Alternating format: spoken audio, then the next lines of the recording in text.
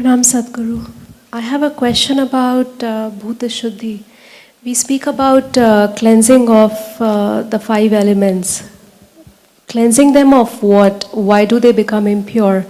And what is the difference between Panchabhuta Aradhana, which happens on Shivratri, and the Bhuta Shuddhi process, which we learn as a part of Hatha Yoga? The five elements, just five, if they have to play so much mischief, it's not one or two manifestations, trillions of manifestations. If all this has to happen, if it does not acquire other qualities or possibilities, there is no way with five you can create so many. They are naturally receptive in nature. The air that you breathe, the food that you eat, the water that you drink. We will leave the other two because you don't have much experience of those two. Today we know we can influence them just with thought, emotion, intention or energy. We can change the quality of the water, we can change the quality of the air and the food that we eat just with our intention or emotion or thought process. So, the five elements within you, which makes this body, are deeply, deeply influenced. A certain layer of information which generally referred to as the karmic substance gathers. Without it, the elements would not behave in a particular way within you. It would be same, every human being would have been same if there was no specific information. See, if you eat a banana, you become a woman. The banana becomes a woman. Somebody here eats, it becomes a man. If a cow eats, it becomes a cow. Same banana. Banana is not so intelligent to make itself into a man, woman, cow, whichever animal consumes. It is a certain amount of information within you which transforms a banana into a woman or a man or a cow or an elephant or whatever for that matter. What you call as myself, individual self, is essentially a certain volume of information. And the fundamental way that it is stuck onto you is through the elements, because there is nothing here apart from the elements.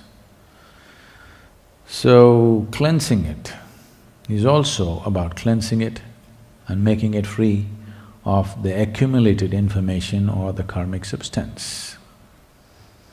If this is not done, then you will be a strong individual, but you will never know how to breach this boundary that you have set for yourself. This is not some boundary set by the existence, this is a boundary that you set for yourself. If you cannot cross the boundary that you set up, that's a foolish way to live, isn't it? You set up a boundary without knowing why, and you can't cross it after some time. And you start claiming, this is how I am. This is, this is a common statement you hear everywhere. You ask them to cross some limitation, no, this is how I am. This is not how you are, this is what you made yourself to be. Now, cleansing becomes relevant when you want to extend yourself beyond these boundaries, when freedom and liberation becomes the goal of your life. If you want to be a concrete ball, there's no need to cleanse. There's no need to cleanse at all. So, concretization of karmic processes will make you rigid. Rigidity will bring enormous amount of suffering, enormous. You don't need a calamity to happen, you are a calamity by yourself. You do not need any external assistance. This is called self-help. Most people, when it comes to their suffering, they're all on self-help, you know. Nobody need to poke them. When was it last time that somebody physically poked you? Oh? When was it last time? Maybe when you were in school, somebody did this to you. After that, nobody is bothered about doing anything like that. Most of you, almost all of you have never been poked with a dagger or a sword, at the most a pin or a finger, nothing more. But for most of you in the last 10, 15 or 25 years, nobody has ever even poked you with a finger, because everybody is wary of you. Who's So, how much… if you look at the volume of suffering that you go through, anger, fear, hatred, jealousy, whatever else you go through, misery, whatever, how much has been caused from external agencies? How much is caused by you? If you look at it, it is a minuscule percentage which has been caused from external agencies. No, my mother-in-law said this, my boss said that. They are saying what they're saying, but they're not poking you. Physical suffering has not been caused to you from outside unless you're from Middle East.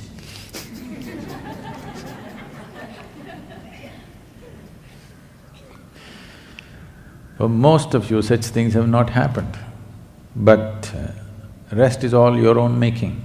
This is simply because the imprint is so deep that you behave in predetermined, compulsive ways. 1,000 times the same situation has happened, but still the next time it happens, you almost react the same way. It takes a certain amount of awareness, certain amounts of shaking you up to respond in a different way. So, what's called Bhuta Shuddhi is to do it in the most fundamental level. If we cleanse your mind, if you clean it in the morning, by afternoon you'll have a whole new world again. It's really waste. This is why no significance or no importance is given in the yogic system towards your psychological structure. What you think, what you feel, they don't care, because if you change it today again, within few hours you'll change it back into something else. We are only interested in the body. This is why yoga calls everything as body. Physical body, mental body, energy body like this, but no mind. Because the psychological activity that's happening, towards which you have given enormous importance, is of no consequence or significance, depending upon the type of information imprinted within you. Whatever is your karma, whatever is your sanskara, that is how you think, that's how you feel, that's how your emotions happen, everything happens that way. So we are interested in handling the root. If you prune the tree, it will sprout back with vengeance. No point pruning it. If you handle the root, it'll be gone. So the very root of karmic imprint is in the elements. That is the most fundamental space. It takes much more than handling other aspects. So generally, because most people are not interested in absolute transformation, they just want a little change, they don't want to lose themselves.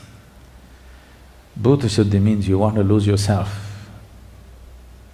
Whether it's good, bad, ugly, beautiful, it doesn't matter, you want to lose everything that you have built so that the Creator's creation will stand up and shine within you. It'll take a certain amount of work. The Bhuta Shuddhi that's been taught to you is very basic. If you want to do more serious forms of Bhuta Shuddhi, it will mean it becomes your entire life. It's not something that you do on the side. So, even if you do a very minor version of Bhuta Shuddhi, you will see the change that happens in you is permanent. There is no tendency to fall back, and that's important. Otherwise, everybody changes for 3 days and again they fall back into the rut after some time. That will not happen when you assist whatever else you're doing with the Bhuta Shuddhi practice. Nadaradhana, the Panchabhuta Aradhana is another matter, that's a ritual. For those who are not willing to do sadhana, just to give them some benefit. That's the beauty of a ritual, that's the limitation of a ritual. Somebody else can conduct a ritual for you. You don't have to do any sadhana, just sit there and benefit from that. But then only if they conduct, you have it, otherwise you don't have it. Suppose we don't do Panchabhuta Aradhana, you don't have it. So, the ritual is always like this. It is beautiful because people who do not know anything about it, they can still benefit from it. At the same time, if those who conduct do not conduct it properly, it will not happen to you. If they do not conduct it at all, it will never be available to you. But if you do Bhuta Shuddhi practice by yourself, if you're willing, you can keep it up and you will see as time progresses, its impact is undeniable. Above all, whatever it does, however small the practice is, whatever it does, there is no turning back. That's a very important aspect of Bhuta Shuddhi. If you, let's say 6 months you do asana, another 1 year you give it up, everything will be back as it was. 6 months you did pranayam, if it's a powerful process like Shakti Chalana Kriya, if you did, its impact will be there, but after a certain period of time, if you don't do it for a certain period of time, again it'll turn back. You meditate, you do shunya meditation for some time, if you don't do it for a certain period of time, slowly it'll turn back. But that is not the nature of Bhuta Shuddhi. Bhuta Shuddhi if you do, nothing seems to be happening because it's very fundamental and it's slow. But whatever happens, it will not turn back. It stays with you. As long as you hold this body, it stays with you, it will not go because it's on a very fundamental level. That's the significance of Bhuta Shuddhi.